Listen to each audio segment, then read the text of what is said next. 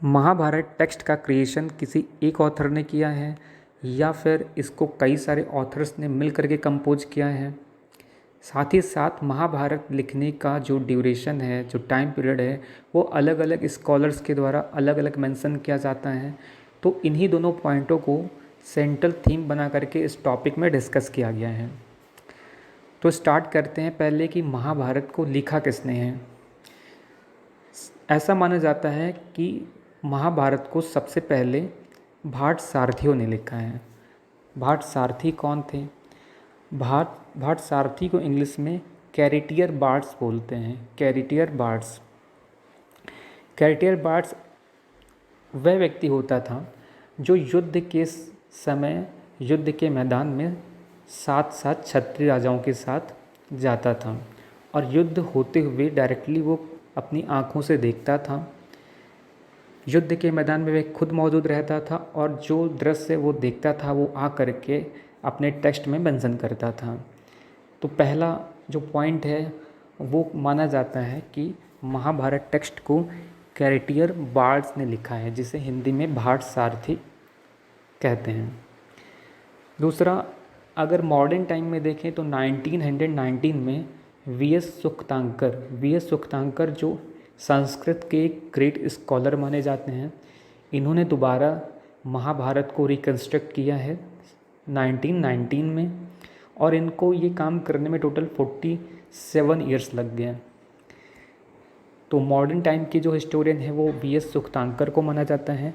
और वैसे अगर एकदम स्टार्टिंग में देखें तो ब्रह्मा जी ने वेद व्यास जी को महाभारत लिखने के लिए कहा था। तो वेद व्यास जी देख रहे थे कि महाभारत के लिए मैं किसे ढूंढूं।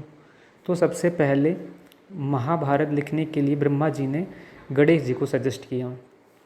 वेद व्यास जी गणेश जी के पास जाते हैं तो गणेश जी एक कंडीशन रख देते हैं कि वो महाभारत इस शर्त पर लिखेंगे जब आप लगातार श्लोक बोलते रहिए, वर्सेस यानी श्लोक बोलते रहिए, और अगर आप बीच में रुक जाते हैं तो वो महाभारत लिखना बंद कर देंगे।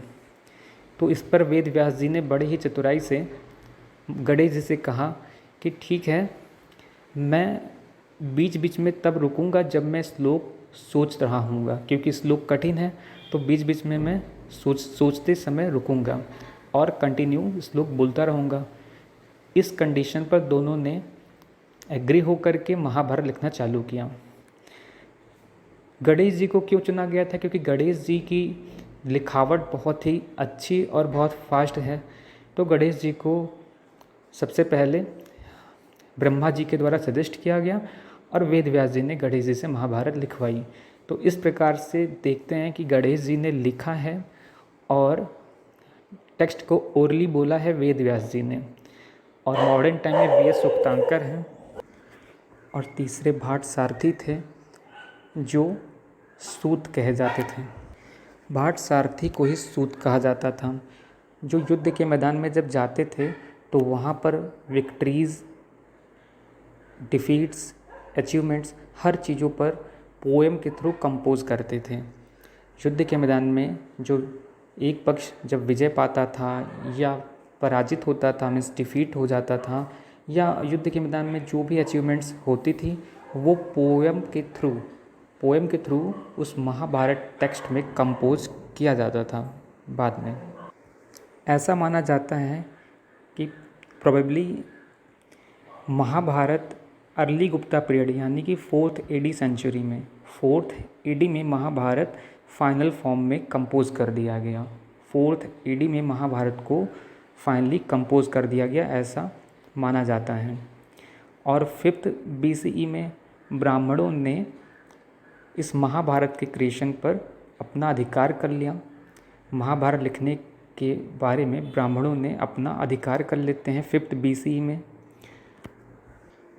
5th BCE वही टाइम था जब पूरा महाभारत की जो स्टोरी थी वो केवल और केवल कुरु किंगडम से लेकर के पांचाल किंगडम तक पूरा का पूरा स्टोरी इन्हीं दोनों क्षेत्रों तक सीमित रही थी, कुरु किंगडम और पांचाल। कुरु किंगडम और पांचाल किंगडम कहाँ कहाँ इनकी बाउंड्री लगती थी, कुरु जो है दिल्ली, हरियाणा, पंजाब और अपना वेस्टर्न यूपी, ये कुरु किंगडम की बाउंड्री हुआ करती थी उस टाइम। आज जो प्रेजेंट में दिल्ली है, हरियाणा है, पंजाब है और यूपी का वेस्टर्न हिस्सा है, वेस्टर्न पार्ट है, वो कुरु किंगडम के अंतर्गत, कुरु किंगडम के बाउंड्री में आती थी। और जो पांचाल है ये यूपी का नॉर्थ वेस्ट पार्ट है, जिसमें कि बरेली, बदायूं, फर्रुखाबाद और कानपुर से लेकर के वाराणसी तक का हिस्सा इसमें आता है। यानी उस टाइम महाभारत के टाइम में जो पांचाल था वो अपने यूपी का नॉर्थ वेस्ट पार्ट था, जिसमें बरेली, बदायूं, फर्रुखाबाद, कानपुर से लेकर के बनारस तक का पार्ट यानी लोकेशंस आता था। तो 5 AD के पीरियड की बात यह है कि इस टाइम जो स्टोरी थी वो कुरु किंगडम से लेकर के पांचाल किंगडम तक, ये पूरी की पूरी कहानी उसी लोकेशंस की है। इस टाइम चीफ डम्स हुआ करते थे। चीफ डम्स किसे कहते हैं? जब किंग नहीं हुआ करते थे तो उसके पहले चीफ डम्स हुआ करते थे। ये चीफ डम्स कई सारे विलेजेस को मिला करके, यानी कई सारे विलेजेस पर इनका अधिकार होता था और कई सारी कम्युनिटीज़ को मिला करके चीफ डम्स बनते थे। बल्कि जो किंग होता है, किंग के पास पूरा का पूरा अपना एम्पायर होता है और कई बार किंग मोनार्क बन जाता है, यानी कि डिक्टेटरशिप करता है, निरंकुश शासन करने लगता है। लेकिन जो किंग के पहले चीफ डम्स हुआ करते थे ये भी पावरफुल होते थे, पर कई सारे विलेजेस को मिला करके इनको पावर मिलती थी। तो ये किंग के बराबर तो पावरफुल नहीं होते थे और उस टाइम किंग हुआ भी नहीं करते थे। चीफ डम्स धीरे धीरे ख़त्म हुए और उनके स्थान पर किंग्स आने लगे। और ये जो टाइम पीरियड है वो 5th BC के टाइम पीरियड की बात हो रही है। इस टॉपिक में डेट्स के बारे में चर्चाएं की गई हैं, तो डेट्स पे फोकस करना है, जिसमें 5th BCE में बताया मैंने कि 5th BC के टाइम में ब्राह्मणों ने राइटिंग पर कमिट कर लिया। साथ ही साथ ये वही टाइम था जब चीफ डम्स से धीरे धीरे किंगडम्स बनते जा रहे थे। तो चीफ डम्स के बाद फिर जब किंगडम आया तो उन्होंने भी महाभारत टेक्स्ट को और अधिक डिटेल्ड फॉर्म में लिखवाने को सोचा। तो अलग उसके आगे फिर महाभारत के टेक्स्ट को फर्दर कंपोज किया गया। जैसे 200 BCE से लेकर के 200 CE का जो टाइम था, इस फेज़ में भगवान विष्णु की पूजा होने लगी। भगवान विष्णु का इम्पोर्टेंस बढ़ गया था और भगवान विष्णु को भगवान कृष्ण के रूप में आइडेंटिफाई किया गया, यानी भगवान कृष्ण का अगला रूप भगवान विष्णु को माना गया था। भगवान कृष्ण ही महाभारत के मेन हीरो रहे हैं और यहाँ पर भगवान विष्णु की 200 BC से लेकर के 200 CE तक का जो फेज़ है, इसमें भगवान विष्णु की इम्पोर्टेंस काफ़ी बढ़ गई और ये भगवान कृष्ण के रूप में जाने जाते हैं, भगवान कृष्ण के अगले अवतार के रूप में जाने जाते हैं। भगवान विष्णु तो बहुत पहले से ही रहे हैं, कृष्ण भगवान को बाद में जाना गया है, लेकिन इस ड्यूरेशन में लोग भगवान विष्णु की पूजा करते थे और ये कृष्ण का ही दूसरा रूप इनको मानते थे। लेकिन भगवान विष्णु बहुत पहले से ही रहे हैं। भगवान विष्णु ने ही इस यूनिवर्स को क्रिएट किया है। जो नेक्स्ट टाइम दिया है वो है 200 CE से लेकर के 400 CE, 200 BCE से लेकर के 400 CE। इस टाइम में मनुस्मृति में से कुछ पार्ट्स को लेकर के महाभारत में ऐड किया गया है। तो जब मनुस्मृति के कुछ पार्ट्स को बाद में महाभारत में ऐड किया गया और वो ऐसे पार्ट्स थे जो डिडैक्टिक हुआ करते थे। डिडैक्टिक का मतलब है जो उपदेशात्मक पार्ट थे, जो शिक्षा प्राप्त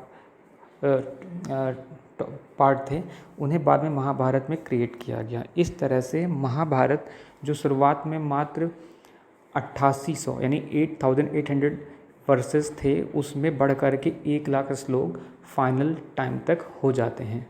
महाभारत पूरे वर्ल्ड में सबसे बड़ा एपिक है जो आज तक लिखा गया है। इससे बड़ा एपिक पूरे वर्ल्ड में अभी तक नहीं लिखा गया है।